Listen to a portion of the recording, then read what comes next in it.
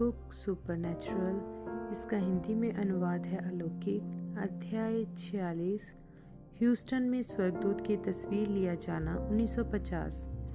अंत्य William ब्रनम पर्याप्त ताकत महसूस करने लगे कि लंबी सभा श्रृंखलाएं झेल सकें। 1950 की जनवरी में उनके प्रबंधकों ने उन्हें ह्यूस्टन टेक्सास में लगातार 17 रातों के लिए लगा दिया। उन्होंने सभाएं शुरू की म्यूजिक हॉल में, जिसमें केवल 4000 की बैठने की क्षमता थी। पहली रात को ही यह बात साफ जाहिर थी कि यह छोटी इमारत शामिल होने को इच्छुक लोगों की भीड़ को समायोजित नहीं कर सकेगी। दूसरी रात को ही उन्होंने सभाओं को सैम ह्यूस्टन कॉलिसियम में स्थानांतरित कर दिया। अब प्रत्येक को एक सीट मिल सकती थी। दर्शकों की संख्या का औसत 8000 प्रत्येक रात को पहुंच रहा था, जब तक कि सभा श्रृंखला की अंतिम 2 रातें नहीं आ गई, जबकि कुछ अनअपेक्षित प्रचार ने अचानक उस इमारत को इसकी हद तक भर दिया। हालांकि शहर के अनेकों मसीही प्रचारकों ने एक साथ मिलकर काम किया ताकि सभाएं सफल हो जाएं। दूसरे प्रचारकों ने अपना सहयोग नहीं दिया। एक प्रचारक तो इस हद तक पहुंच गया कि एक जोरदार सार्वजनिक हमला ब्रनम सभाओं के विरोध में शुरू कर बैठा। बैप्टिस्ट सेमिनरी में ताज़ा उत्तीर्ण रेवरेंड बेस्ट अब ह्यूस्टन में एक बड़े चर्च का पास्टर था। उसकी सख्त हिदायत के बावजूद उसकी कलीसिया के कुछ लोग ब्रनम सभाओं में भी आ गए। इस बात ने डॉक्टर बेस्ट को बहुत नाराज कर दिया। उसने सुबह के अखबार में एक बड़ा विज्ञापन छपवा दिया, दिव्य चंगाई की सामान्य रीति से और विलियम ब्रनम की खास तौर से क्रूरतापूर्ण आलोचना करते हुए। Fred Bosworth Houston Chronicle Rice hotel में बिल के कमरे में लेकर आए। भाई ब्रनम, इसे देखिए, शहर में एक प्रचारक है, कोई डॉक्टर बेस्ट, जो आपको एक बहस वाद विवाद के लिए चुनौती दे रहा है दिव्य चंगाई पर। सुनिए इसने क्या लिखा है। विलियम ब्रनम एक धार्मिक आतिवादी कट्टरपंथी है और एक बहरूपिया है। उसे तो शहर से खदेड़ कर निकाल देना चाहिए और यह काम मुझी से करवाया जाना चाहिए। भाई ब्रनम, यदि मैं आपकी जगह होता तो मैं इस चुनौती को स्वीकार लेता और इस जवान चतुर को खुदा के वचन के विषय में 1-2 बातें सिखाता। भाई बॉसवर्थ, मैं किसी से उलझना नहीं चाहता हूँ। खुदा ने मुझे बीमारों के लिए प्रार्थना करने को भेजा है। हजारों लोग हैं जो इसका विश्वास करेंगे। एक गर्म दिमाग व्यक्ति से क्यों उलझना जो विश्वास नहीं करता? उसे यूं ही छोड़ दीजिए। यीशु ने कहा, उसके जैसे लोग तो होंगे ही, अंधे अंधों को रास्ता दिखाने वाले। मत्ती 15:12-14। जब उसकी चुनौती को कोई उत्तर ही न मिला, अगले दिन डॉक्टर बेस्ट ने फिर खर्चा किया एक और विज्ञापन छपवाने के लिए। यह वाला पहले वाले से भी ज्यादा कटुतापूर्ण था।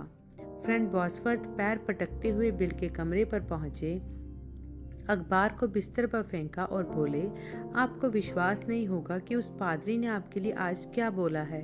क्या बोल दिया उसने इस बार? बॉसवर्थ ने झपटकर अखबार उठाया और पढ़ा।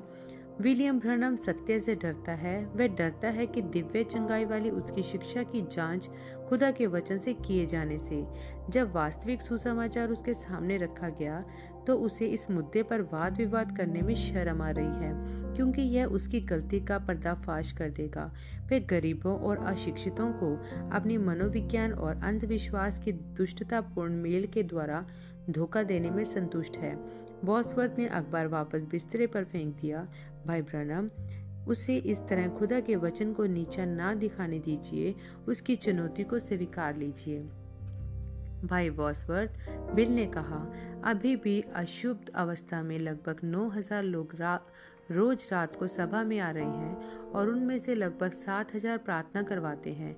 मेरे पास बस कुछ ही और दिन बचे हैं ह्यूस्टन में रहने के लिए। इस एक पागल के साथ क्यों भटकना, जबकि हम लोग बीमारों और जरूरतमंदों के लिए प्रार्थना कर रहे हैं। लेकिन भाई ब्रनम, वह सब लोग जो सभाओं में आ रहे हैं, उन्हें जानना चाहिए कि सत्य क्या है। उनमें से कुछ लोग अचरज में पड़ गए हैं कि क्या हम वाकई में उसे जानते हैं जिसके विषय में बात कर रहे हैं। पवित्र आत्मा का अभिषेक मुझ पर है। भाई बॉसवर्थ, मेरे पास झगड़ा करने के लिए समय नहीं है, तो फिर मुझे यह चुनौती ले लेने दीजिए। इस 73 साल के सुसमाचार योद्धा को एकटक देखते हुए बिल को एक वचन का लेख याद आ गया जिसमें उन्होंने पढ़ा था, जहां पर कालेब ने यहोशू से मांग की थी कि उन अनाक वंशियों पर हमला करने का सौभाग्य उसे दे दे।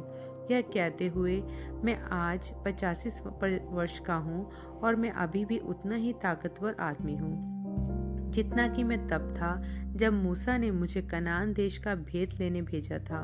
45 वर्ष पहले यहोशू 14:6-12। बिल ने कहा, भाई बॉसवर्थ, मैं आपके जोश की सराहना करता हूँ। उन्होंने अपने शब्दों को यूं ही अधूरा छोड़ दिया, इस बात के लिए अनिश्चित होने के कारण कि हाँ करें या फिर ना। निर्णय न ले पा रहे होने की अवस्था को भांपकर बॉसवर्थ ने अपनी बात को और आगे बढ़ाया। उस आदमी के पास खड़ा होने के लिए वचन का एक हिस्सा भी नहीं है। मुझे यह साबित कर लेने दीजिए, सिर्फ उसके लिए ही नहीं लेकिन उन सब लोगों के लिए जो चंगा होने के लिए पर्याप्त विश्वास जुटाने का प्रयास कर रहे हैं। ठीक है भाई बॉसवर्थ, यदि आप इसे करना ही चाहते हैं और आप मुझसे यह वायदा करें कि आप झगड़ा नहीं करेंगे। फ्रेड बॉसवर्थ का चेहरा आनंद से खिल उठा। मैं आपसे वायदा करता हूँ कि मैं बहस नहीं करूँगा, मैं बस उसे सुसमाचार दूंगा। उत्तेजना से परिपूर्ण बॉसवर्थ कमरे से निकलकर बाहर चले गए ताकि नीचे इंतजार करते रिपोर्टरों को बताएं। क्रॉनिकल के अगले अंक में एक कहानी लेख था होने वाले वाद विवाद के विषय में, जो एक जोरदार शीर्षक के साथ थी, पादरी वर्ग वालों के रोए उड़ेंगे। तुरंत ही एसोसिएट प्रेस ने इस लेख को देश भर के दूसरे अखबारों को भी भेज दिया। हजारों लोग ह्यूस्टन आ गए, स्वयं अपनी ही आंखों से इस टकराव को देखने के लिए। वाद विवाद वाली रात को 6 बजे तक सैम ह्यूस्टन कॉलिसियम की सभा 30,000 सीटें लगभग पूरी भर गई थी। पहले तो बिल का कोई इरादा नहीं था कि उस वाद विवाद को सुनने के लिए स्वयं जाएं। यह विचार ही कि 2 आदमियों को दिव्य चंगाई पर एक दूसरे से वाद विवाद करते हुए सुनना उनको पसंद नहीं आ रहा था, जैसा कि वह इसे देखा करते थे। खुदा का वचन जिया जाना चाहिए, ना कि उस पर वाद विवाद किया जाना चाहिए। पर जैसे जैसे समय पास आता जा रहा था, उन्हें एक अजीब दबाव महसूस होने लगा कि उन्हें जाना चाहिए, चाहे जो भी हो। मीडा उनके साथ गई, उनके भाई होवार्ड और 2 पुलिस वालों के साथ। जिस समय तक वह लोग कॉलिसियम पहुंचे, केवल मात्र सीटें जो बची थी वह तीसरी बालकनी पर थी, बहुत ऊपर। अपने कोट के कॉलरों को ऊपर खड़ा करके और टोपी को नीचे तक खींचे हुए बिल सीढ़ियों पर चढ़ते हुए सेक्शन 30 पर पहुंचकर बैठ गए। किसी ने उन्हें नहीं पहचाना। फ्रेड बॉसवर्थ, जिन्होंने इससे पहले कभी भी एक सार्वजनिक वाद विवाद में हिस्सा नहीं लिया था, वचन के लेखों की एक लंबी सूची लेकर आए थे, यह सोचकर कि वे दोनों लोग बस साधारणता के साथ बाइबल की आयतों और सिद्धांतों पर बातचीत करते हुए आगे पीछे घूमेंगे। लेकिन डॉक्टर बेस्ट ने वाद विवाद का अपना तरीका सेमिनरी में सीखा था। उसने इस बात पर जोर दिया कि रेवरेंड बॉसवर्थ पहला आधा घंटा लें और अपना पक्ष रखें। इसके बाद बचा हुआ आधा घंटे का समय वह लेगा ताकि अपना विचार रख सकें। यदि कोई भी बातचीत होनी होगी तो वह अंत में आएगी। वर्षों की प्रार्थना और अध्ययन के द्वारा जड़ पकड़े हुए भरोसे के साथ फ्रेड बॉसवर्थ पोडियम पर पहुंचे। डॉक्टर बेस्ट, मुझे खेद है कि हमें खुदा के वचन पर इस प्रकार वाद विवाद करना पड़ रहा है, लेकिन आपने अखबार में यह कथन दिया था कि भाई ब्रनम एक बहरूपिया हैं और दिव्य चंगाई जैसी कोई भी चीज़ नहीं होती है। अब आज रात वार्तालाप का मुद्दा भाई ब्रनम के हृदय के भेदों को जान लेने वाला वरदान नहीं है। खुदा के वरदान अपने आप को स्वयं साबित कर देते हैं। बातचीत का मुद्दा है कि क्या दिव्य चंगाई की शिक्षा बाइबल में दी हुई है या नहीं। बॉसवर्थ ने अपने नोट्स को उठाकर कहा, मेरे पास कई सौ लेख हैं वचन के, जिन्हें मैंने यहाँ पर लिखा हुआ है, जो यह साबित करते हैं कि मसीह का वर्तमान रवैया बीमारों के लिए आज भी वैसा ही है जैसा पहले कभी रहा हो। यदि आप इनमें से किसी एक आयत को भी लें और मेरे शोध प्रबंध को असत्य ठहरा दें बाकी बाइबल से, तो हम फिर इसके विषय में कोई भी और बातचीत नहीं करेंगे। मैं हार मान लूंगा और मंच से चला जाऊंगा। यहाँ पर बॉसवर्थ ने इन वचन के संदर्भों की एक प्रति को अपने विरोधी को प्रस्तुत किया। डॉक्टर बेस्ट ने उसे छूने से भी इनकार कर दिया, यह कहते हुए कि वह सब कुछ तो मैं भी तभी देख लूंगा जब मैं ऊपर आऊंगा। आप तो बस कहते चले जाओ जो भी आपको कहना है। तब फिर श्रीमान बेस्ट, मैं आपसे एक सवाल करूंगा और यदि आप मुझे हाँ या ना में उत्तर दे देंगे तो मैं संतुष्ट हो जाऊंगा। क्या यहोवा का छुटकारा संबंधी नाम यीशु पर लागू होता था, हाँ या नहीं? डॉक्टर बेस्ट हिला भी नहीं। बॉसवर्थ आगे बढ़े, चूंकि आप एक अध्ययनकर्ता हैं डॉक्टर बेस्ट, मैं जानता हूं कि आप यहोवा के साथ यौगिक नामों से तो अवगत होंगे ही, जो कि पूरे पुराने नियम में जगह बजगह बिखरे हुए हैं।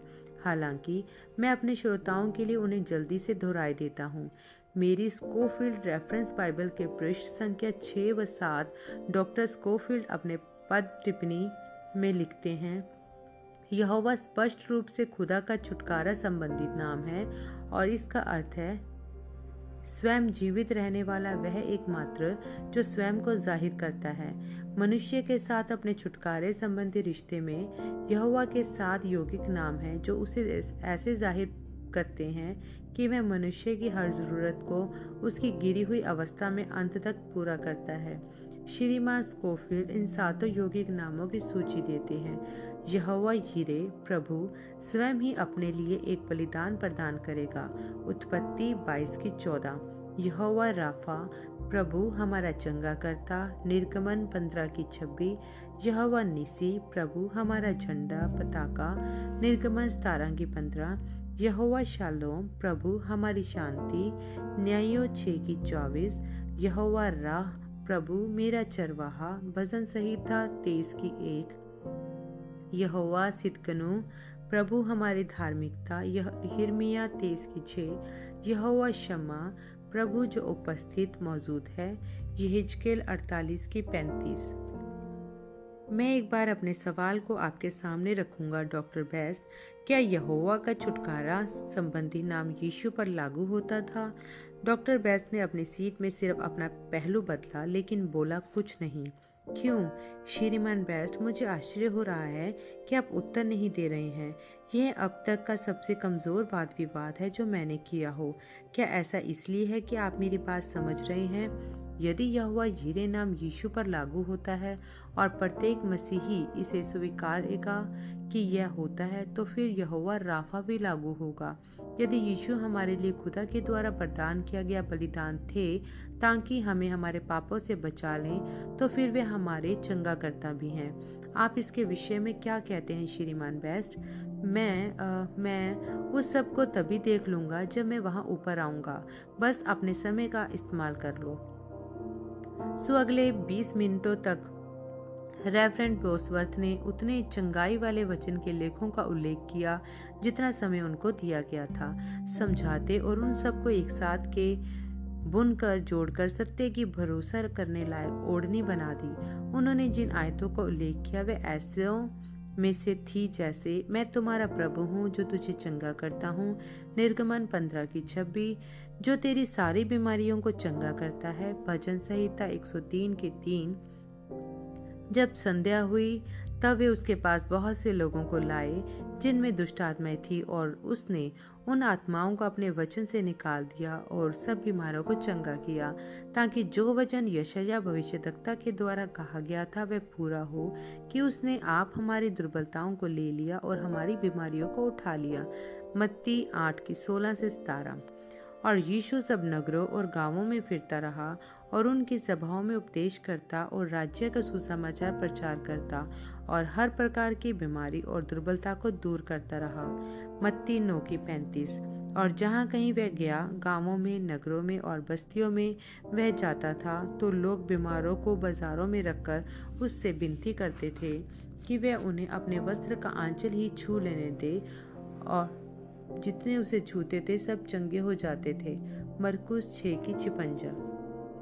और सब भीड़ उसे छूना चाहती थी क्योंकि उसमें से सामर्थ निकलकर सबको चंगा करती थी। लूका 6:19 कि खुदा ने किस रीति से यीशु नासरी को पवित्र आत्मा और सामर्थ से अभिषेक किया। वह भलाई करता और सबको जो शैतान के द्वारा सताए हुए थे चंगा करता फिरा, क्योंकि खुदा उसके साथ था। प्रेरितों के काम 10 की 38, हिंदी 10 की 39। यीशु मसीह कल और आज और युगन युग एक सा है। इब्रानियों 13 की 8। रेवरेंड बोसवर्थ ने वचन के इस लेख को दोहराया, इस बात पर जोर देते हुए कि विलियम ब्रैनम की सभी सभा श्रृंखलाओं में यही मूल विषय सार रहा है। जो कुछ भी यीशु मसीह बीते हुए समय में थे वही वे आज हैं और सारी अनंतता तक वही रहेंगे। जिसके कोड़े खाने से हम चंगे हो चुके हैं। पहला पत्रस 2 की 24। देखो मैं हमेशा तुम्हारे साथ हूँ यहाँ तक कि जगत के अंत तक। मत्ती 28 की 20।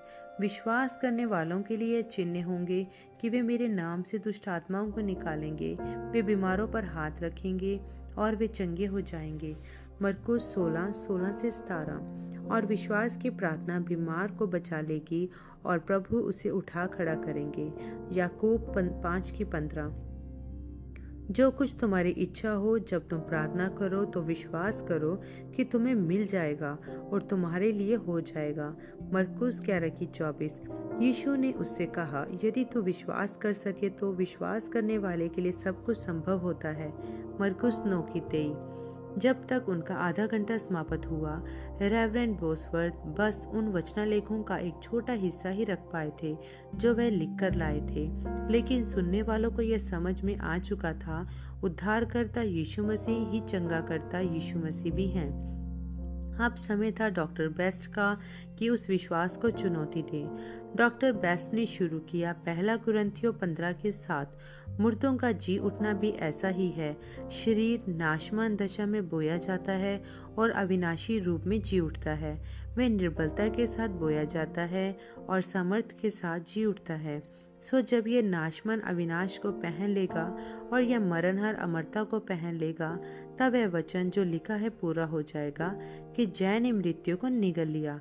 डॉक्टर बेस्ट ने तर्क दिया कि खुदा को लोगों के शरीरों को चंगा करने से मतलब नहीं है, केवल उनके प्राणों के उद्धार से है। नहीं तो फिर यह होगा कि मसीही लोग बुढ़ापे के अलावा किसी और वजह से मरेंगे ही नहीं, क्योंकि खुदा उन्हें हर बार चंगा कर देगा जब कभी वे बीमार पड़ेंगे। चूंकि मसीही लोग भी दूसरों की तरह बीमार पड़ते हैं और मर जाते हैं, तो फिर खुदा की चंगाई की सामर्थ कहाँ? सच बात है, यीशु ने चंगा किया जब वह पृथ्वी पर थे, लेकिन वह तो सिर्फ उनके ही दिनों का सीमित रहा, यह साबित करने के लिए कि वह खुदा के पुत्र थे। आज एक प्रमाण स्वरूप चंगाई की जरूरत नहीं है, क्योंकि हमारे पास नए नियम का लेखा जोखा उपलब्ध है। जब तक उसका आधा घंटा पूरा हुआ, यह साफ जाहिर था कि उसके तर्कों के द्वारा सुनने वाले बहक नहीं पाए थे। इसने डॉक्टर बेस्ट को क्रोधित कर दिया। केवल क्षीण बुद्धि पवित्र हल्ला मचाने वाले विश्वासी ही दिव्य चंगाई में विश्वास करते हैं। वे चिल्ला कर बोला, कोई भी सच्चा बैप्टिस्ट ऐसी किसी चीज पर कभी विश्वास नहीं करेगा। फ्रेंड बोसवर्थ दूसरे माइक्रोफोन पर आ गए। 1 मिनट श्रीमान बेस्ट, मैं इन दर्शकों से कुछ पूछना चाहता हूँ। कितने ऐसे बैप्टिस्ट यहाँ पर हैं जो किसी डॉक्टर के कथन के अनुसार यह साबित कर सकते हैं कि आप इन ह्यूस्टन के सभाओं में चंगे हुए हैं? क्या आप कृपया खड़े हो जाएंगे? 300 लोग खड़े हो गए। इससे तो एक बात भी साबित नहीं होती है। डॉक्टर बेस्ट घुर्रा कर बोला, लोग तो किसी भी चीज की गवाही दे सकते हैं। बोसवर्थ ने बड़ी शांति से कहा, वचन कहता है कि सत्य है और अब यहाँ पर इन लोगों में इसका सबूत भी उपलब्ध है। कैसे आप इसका इनकार कर सकते हैं? अति क्रोधित डॉक्टर बेस्ट चिल्लाया, उस दिव्य चंगाकर्ता को यहाँ निकाल कर लाओ और मेरे सामने उससे करतब करके दिखवाओ। क्यों श्रीमान बेस्ट, भाई ब्रनम कोई दिव्य चंगाकर्ता नहीं है। उन्होंने कभी नहीं कहा कि वह हैं। वह तो बस बड़ी साधारणता के साथ यीशु मसीह से लोगों को चंगा करने का निवेदन करते हैं। डॉक्टर बेस्ट ने दोहराया, दिव्य चंगाई करने वाला वाले को लेकर आओ और मैं उसे देखता हूँ यहाँ पर किसी को चंगा करते हुए। श्रीमान बेस्ट, आप यीशु मसीह के नाम में उद्धार का प्रचार करते हैं कि नहीं? हाँ मैं करता हूँ। क्या ये आपको दिव्य उद्धारकर्ता बना देता है? बिल्कुल नहीं। खैर, ना ही यीशु मसीह में चंगाई प्रचार करना भाई ब्रनम को दिव्य चंगाकर्ता बना देता है। तो फिर मुझे समझाइए, उन्होंने सड़कों पर ये चिन्ह क्यों लगवाए हैं जिनमें लिखा है हर रात चमत्कार? पहली बात तो यह है कि उन चिन्हों को मैंने लगवाया है, हालांकि जिन्हें चिन्ह सच्चे हैं। एक सच्चा चमत्कार वही होता है जो इंसानी समझ बुद्धि के द्वारा समझा समझाया ना जा सके। भाई ब्रनम के पास एक अलौकिक वरदान है जिसके द्वारा वह लोगों के जीवनों में देख सकते हैं और भविष्य में होने वाली घटनाओं को पहले से ही बता सकते हैं। उनके दर्शन कभी चूके नहीं हैं, ठीक उसी तरह पूरे होने में जैसे उन्होंने उसे देखा होता है। यह एक चमत्कार है। यह हर रात को होता है उनकी सभाओं में। आप कल रात को यहीं पर आ सकते हैं और इसे स्वयं ही देख सकते हैं घटित होते हुए बाकी लोगों के साथ। 1 मिनट जरा, बोला डॉक्टर बेस्ट। वह एक और मुड़ गया और 2 कैमरामैनों को इशारा करके आगे आने को बोला। किपरमैन और आयर्स दोनों पेशेवर फोटोग्राफर थे, ह्यूस्टन के डगलस स्टूडियो से, जो कि अमेरिकन फोटोग्राफर्स एसोसिएशन के सदस्य भी थे। डॉक्टर बेस्ट ने उन्हें व्यक्तिगत रीति से किराए पर बुलाया था, अगले दिन के अखबार के लिए वाद विवाद की तस्वीरें खींचने के लिए। चूंकि किराए पर उसी ने बुलाया था, बेस्ट का इरादा था तस्वीरों में क्या दिखे इस पर उसी का नियंत्रण हो। अपनी उंगली को सीधे अपने प्रतिद्वंदी की नाक पर ठूंसते हुए उसने कहा, अब तस्वीर खींचो जरा। फ्लैश चमकने के पश्चात बेस्ट ने अपना घूंसा बॉसवर्थ की ठोड़ी के नीचे रखा और चिल्लाया, एक और खींचो। वह इसी प्रकार तानाशाही हराने वाली मुद्राएं बनाता रहा जब तक कि वह 6 तस्वीरें न खिंच गई। फ्रेड बॉसवर्थ ने कहा, जहां तक मेरा सवाल है, सभा समाप्त हो गई है। श्रीमान बेस्ट मेरे द्वारा उनको दिए गए वचनों के एक भी लेख का उत्तर नहीं दे सके हैं। मैं सोचता हूं कि वाद विवाद में हार गए हैं। कितने लोग हैं यहाँ जो ऐसा ही सोचते हैं? आमीन बोले। विशाल भवन आमीन को चिल्लाकर उच्चारित करती आवाजों से गूंज गया। गुस्से के मारे आपे से बाहर डॉक्टर बेस्ट चिंगाड़ कर बोला, बाहर निकाल कर लाओ उस दिव्य चंगाई करने वाले को और देखते हैं जरा कि वह क्या कर पाता है जबकि मैं उसे देख रहा हूँ। बड़ी शांति से फ्रेड बॉसवर्थ बोले, मैं जानता हूँ कि भाई ब्रनम भवन में ही हैं, क्योंकि मैंने उन्हें अंदर आते हुए देखा था। वह तुमसे तर्क वितर्क नहीं करेंगे डॉक्टर बेस्ट, यह उनका तरीका नहीं है। पर चूंकि हम इस वाद विवाद के अंत पर पहुंच गए हैं, यदि वे यहाँ ऊपर आना चाहें और इन लोगों को विदा कराना चाहें तो मेरे लिए अच्छा रहेगा। हालांकि वे ऐसा करने के लिए बाध्य नहीं हैं। पूरे कॉलोसियम में लोग चारों तरफ देखने लगे। होवर्ड ब्रैनम ने अपना हाथ बिल के कंधे पर रखा और फुसफुसाया, शांत बैठे रहना। मैं भी यही सोच रहा हूँ, बिल बोले। लेकिन मिनट भर में ही उन्हें वही सीटी की सी आवाज सुनाई देने लगी, जैसे कि हवा का भवंडर वहीं पर चल रहा हो। वुश! तभी उनको बच के ना निकल सकने वाला वह दबाव महसूस हुआ उनके शरीर पर लगता हुआ, और वे समझ गए कि प्रभु के दूत की योजना कुछ और है। बिल खड़े हो गए। मीडा ने उनका हाथ पकड़ा। प्रिय, नहीं प्रिय, प्रभु का दूत मुझसे वहां नीचे जाने को कह रहा है। जब बिल मंच पर पहुंचे, श्रीमान आयर्स ने अपने कैमरे का निशाना साध लिया। गार्डन लिंड से जानबूझकर रास्ते में आ गए श्रीमान आयर्स और श्रीमान किपरमैन से और अधिक तस्वीरें ना लेने के लिए कहने को। इन दोनों आदमियों के इरादों को देखकर जो रेवरेंड बॉसवर्थ की तस्वीरें ले रहे थे, लिंडसे नहीं चाहते थे कि विलियम ब्रनम की छवि भी उसी तरह खराब हो जाए। बिल माइक्रोफोन पर पहुंचे और बोले, मुझे खेद है कि इस प्रकार का वाद विवाद यहाँ पर हुआ है। श्रीमान बेस्ट के लिए कोई भी अपने मन में खराब ना सोचे। उन्हें भी अपने विचारों को रखने का उतना ही अधिकार है जितना कि मुझे अपने। मैं कोई दिव्य चंगाई देने वाला नहीं हूँ। मैंने कभी चंगाई देने वाला होने का दावा नहीं किया है।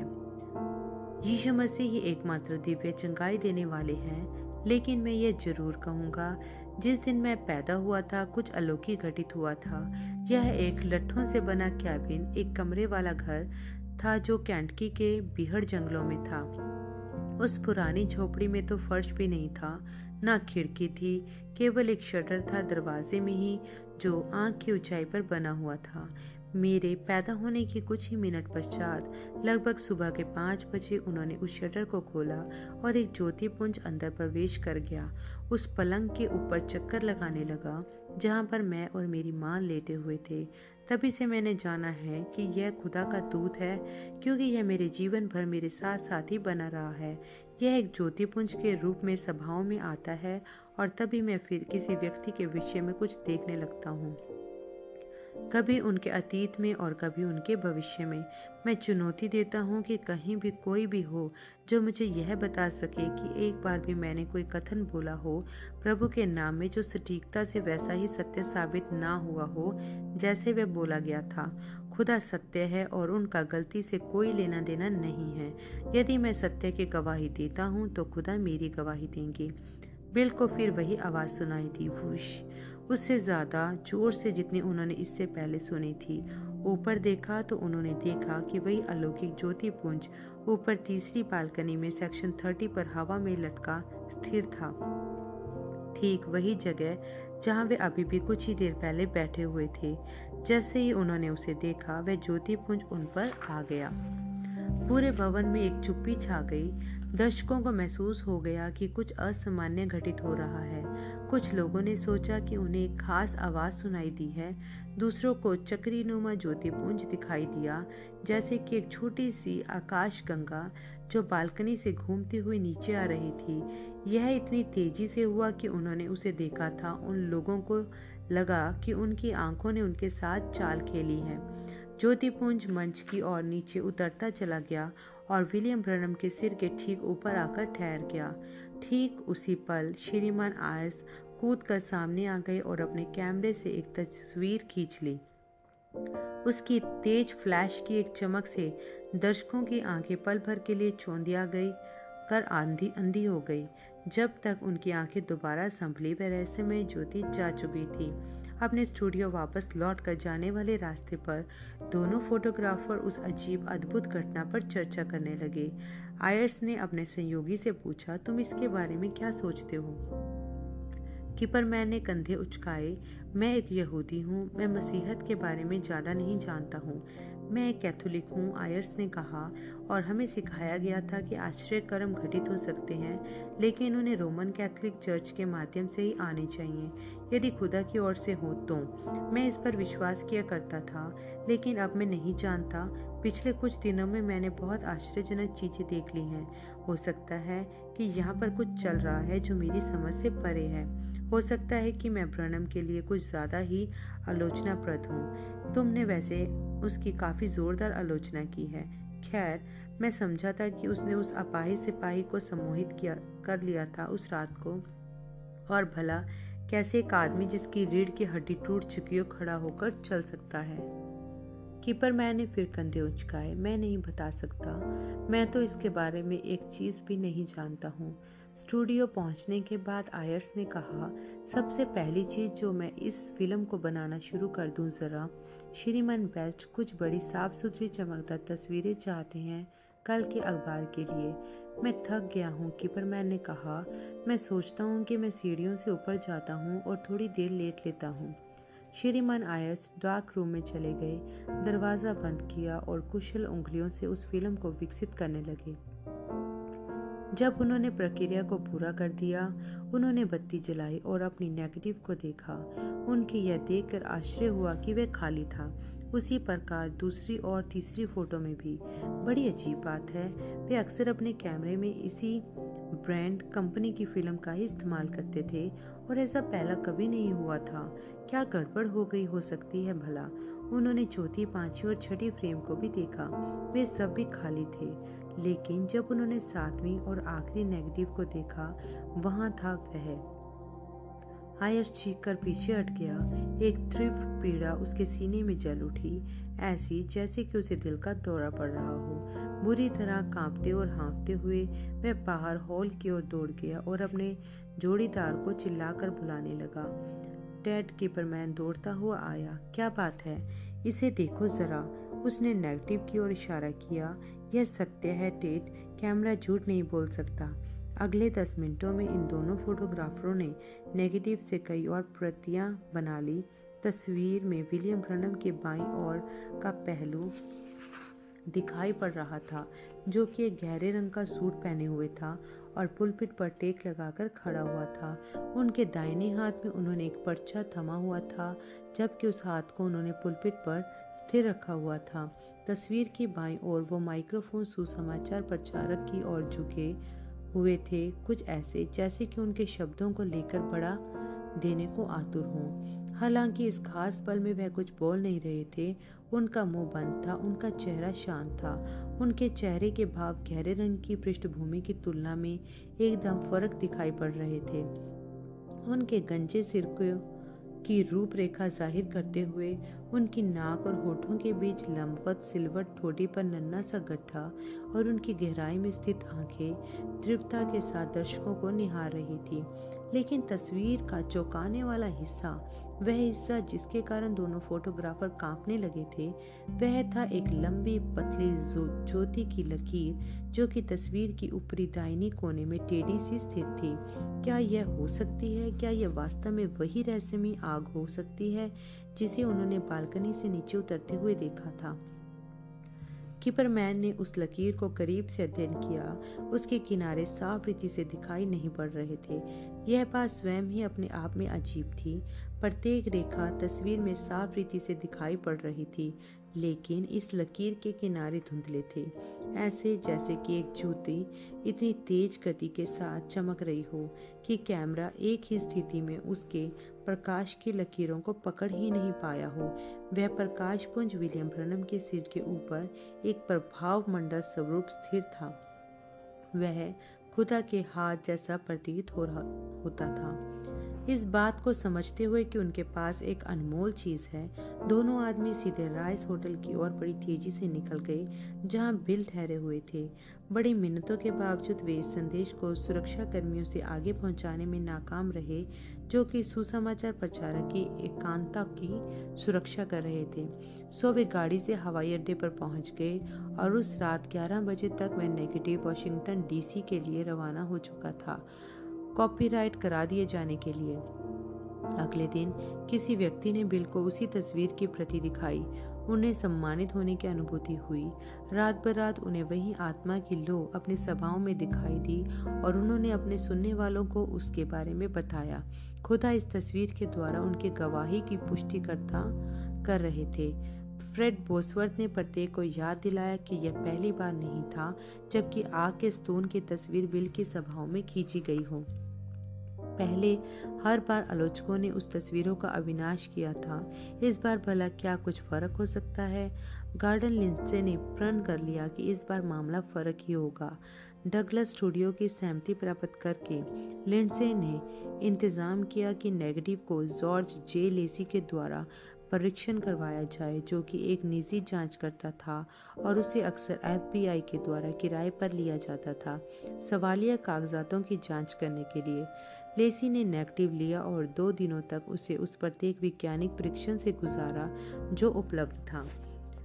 उसके द्वारा उस नेगेटिव की विस्तृत रीति से जांच किए जाने के अलावा जॉर्ज जे लेसी ने उस कैमरे की भी जांच की, यह देखने के लिए कि कहीं किसी और प्रकार से रोशनी घुसकर सीधे फिल्म में तो नहीं पहुंच गई थी। यहाँ तक कि वह कॉलिसियम में भी गया था, यह देखने के लिए कि किसी स्पॉटलाइट की रोशनी के कहीं से प्रतिबिंब होने से यह गड़बड़ी पैदा नहीं हुई थी।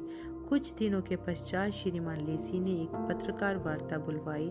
ह्यूस्टन क्रॉनिकल्स के पत्रकारों के साथ साथ लुक कॉलियर्स व टाइम पत्रिकाओं के लेखक भी उसमें शामिल हुए थे। जॉर्ज लेसी एक मेज के पीछे बैठे हुए थे। कमरे के एक सिरे पर श्रीमान लेसी ने स्वयं का परिचय दिया और सभा के उद्देश्य को प्रस्तुत किया, एक पूर्णतः परिपक्व पुलिस प्रमुख की तरह। फिर उसने पूछा, रेवरेंड विलियम ब्रनम किसका नाम है? बिल खड़े हो गई। मेरा है श्रीमान। रेवरेंड ब्रनम, आप बाकी दूसरे मरणहारों की तरह ही इस संसार से गुजर जाएंगे, लेकिन जब तक एक मसीही राष्ट्र है तुम्हारी तस्वीर रहेगी। मेरे ज्ञान के अनुसार यह पूरे संसार के इतिहास में पहली बार हुआ है कि किसी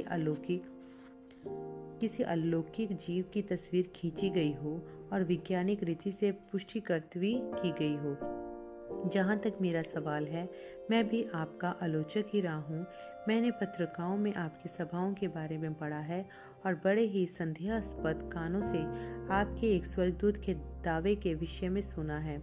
मैंने स्वयं को यह समझाया था कि यह सब मनोविज्ञान है, लेकिन श्रीमान ब्रनम, कैमरे की यांत्रिक आंख मनोविज्ञान को नहीं पकड़ सकती। प्रकाश लेंस से आ टकराया है, नेगेटिव इसे प्रमाणित करता है। श्रीमान ब्रनम, क्या आप कृपया सामने आएंगे? बिल चलते हुए मेज तक पहुंचे। जॉर्ज जे लेसी जारी रहे।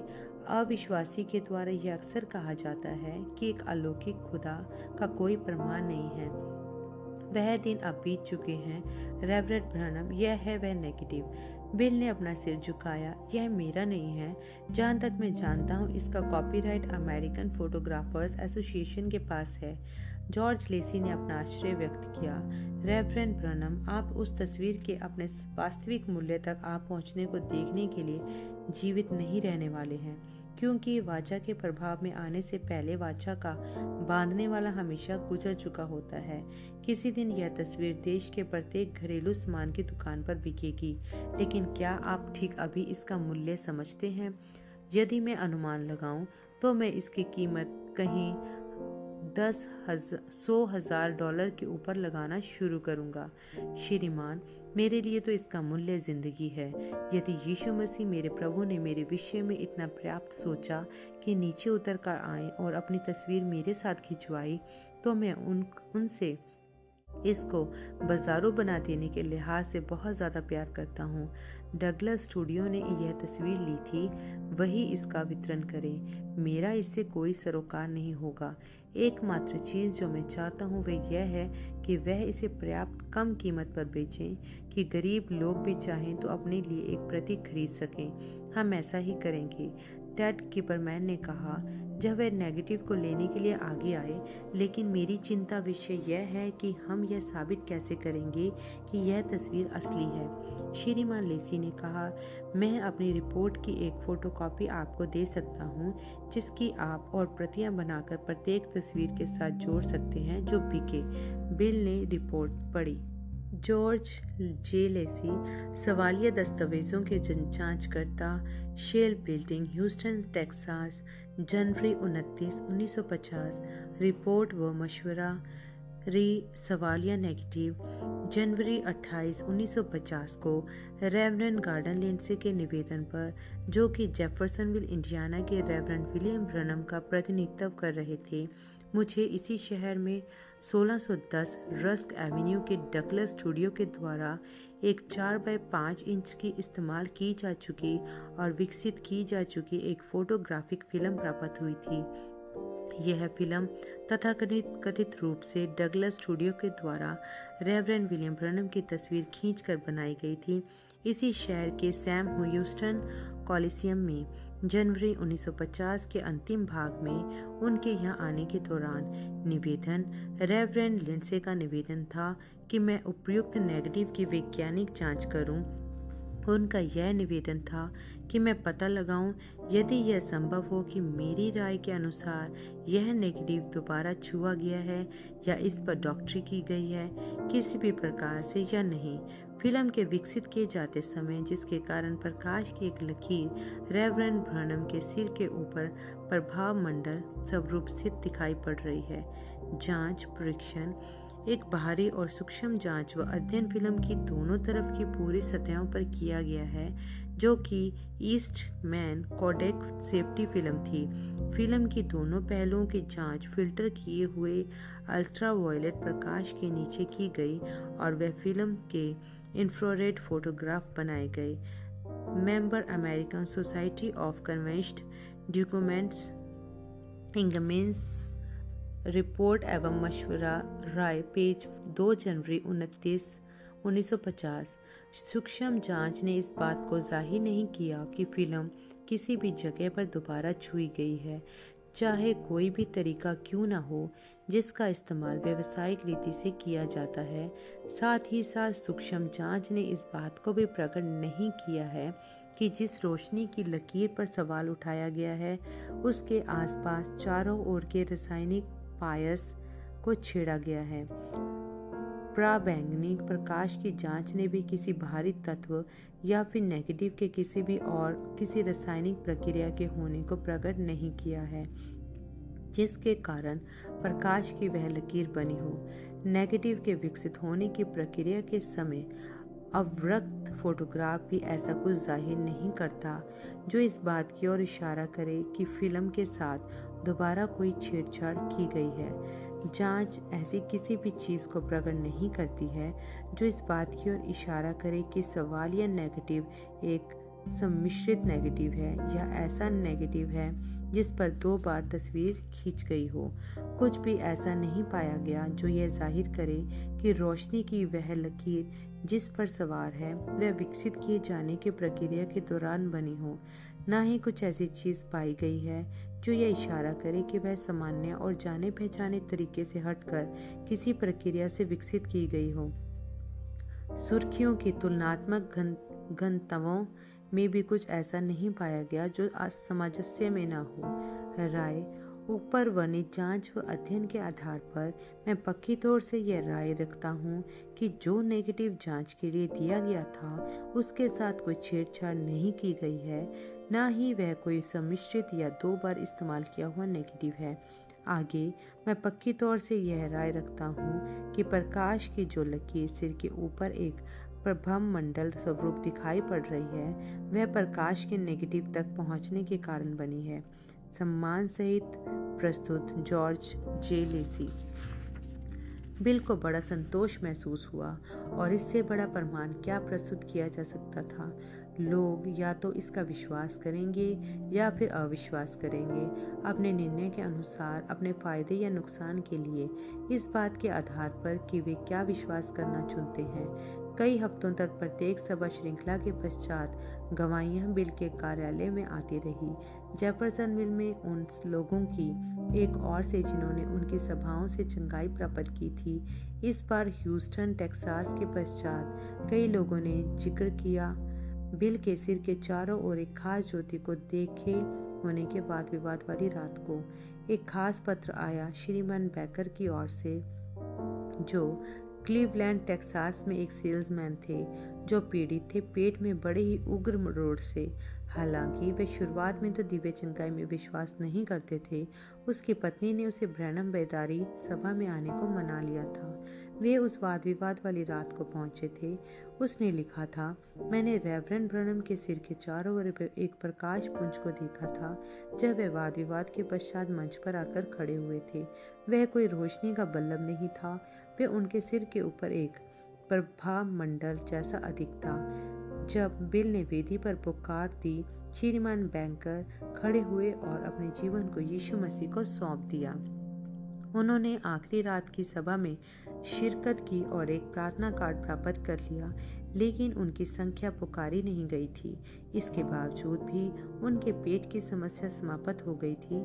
जब बिल ने ह्यूस्टन की सभा श्रृंखला को समाप्त किया, छुटकारे की एक सामूहिक प्रार्थना के द्वारा, एक बार फिर वही साबित करते हुए जो बिल अक्सर कहते थे, आपको प्रार्थना पंक्ति में आने की ज़रूरत नहीं है चंगा होने के लिए, आपको तो बस विश्वास करने की ज़रूरत है। विलियम ब्रैनम के ऊपर इस आग के खंभे की तस्वीर 24 जनवरी 1950 को सैम ह्यूस्टन सभागार ह्यूस्टन टेक्सास में खींची गई थी। जॉर्ज जे लेसी ने इस फोटोग्राफ की नेगेटिव की जांच की और ये निष्कर्ष दिया कि इसको ना दोबारा छुआ गया है, ना छेड़छाड़ की गई, बल्कि यह विलियम ब्रैनम के सिर पर प्रकाश के नेगेटिव तक पहुंचने के कारण बनी है।